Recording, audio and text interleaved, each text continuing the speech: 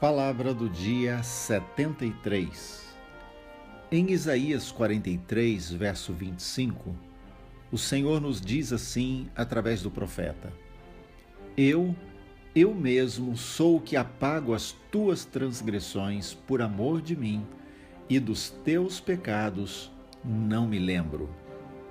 Há pessoas que ficam presas no passado, ficam aprisionadas nas lembranças ruins, nas experiências amargas, nas crises pelas quais passou, as feridas que lhe foram abertas na alma, aquilo que foi fracasso ou mesmo as coisas boas que aconteceram, vivendo das glórias do passado, das vitórias que alcançou no passado, e acabam não vivendo com isso o presente, nem tendo uma boa perspectiva em relação ao futuro.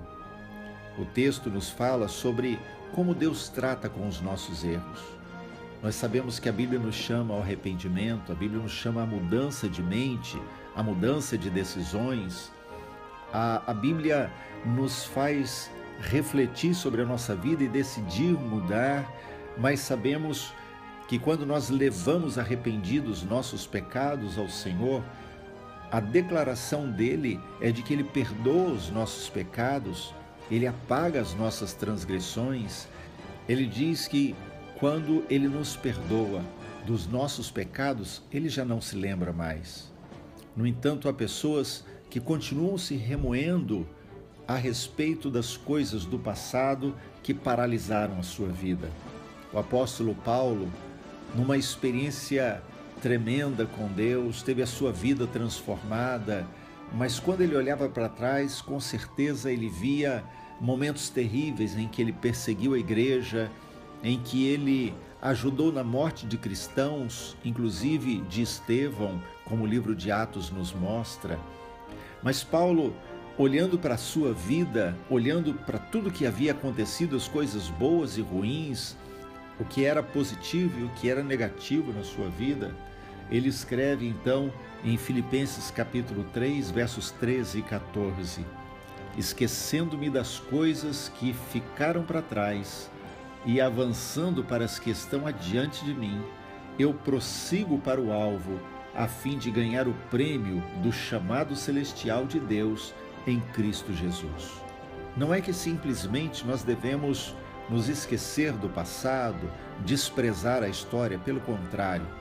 Quem aprende a olhar para a sua própria história tira lições preciosas e não cai nos mesmos erros.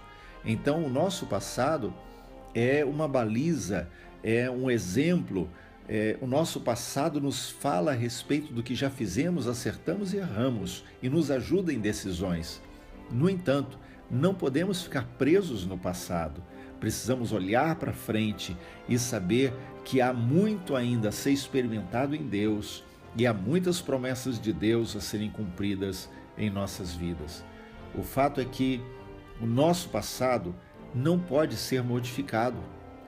Ele já foi, já aconteceu, agora é história, é lembrança, mas o futuro pode ser mudado. O futuro pode ser construído, o futuro, de fato, é algo que está à nossa frente a ser alcançado. Por isso, Eclesiastes capítulo 7, verso 10 diz: não diga, por que os dias do passado foram melhores que os de hoje?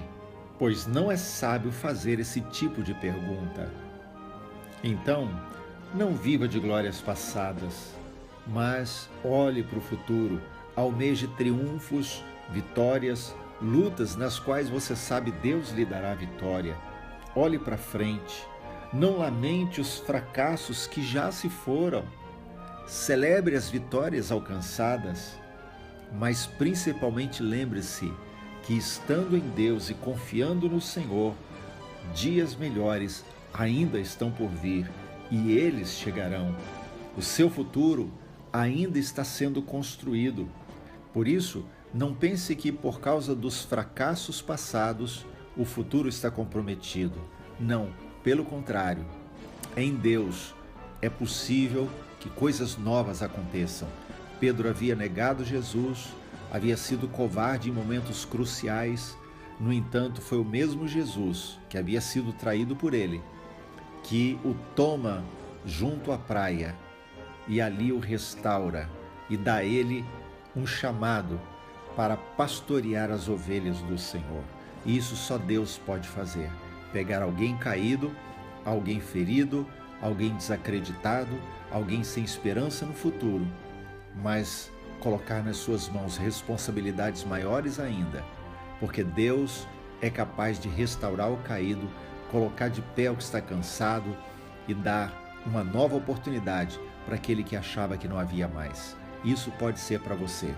Então pare de se lamentar, pare de olhar para trás, olhe para frente e creia, o Senhor é contigo, e se o Senhor é contigo, Ele te dará vitória.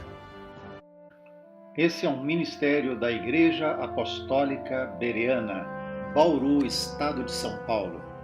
Acesse a nossa conta no YouTube e seja abençoado com outras mensagens para a edificação da sua vida.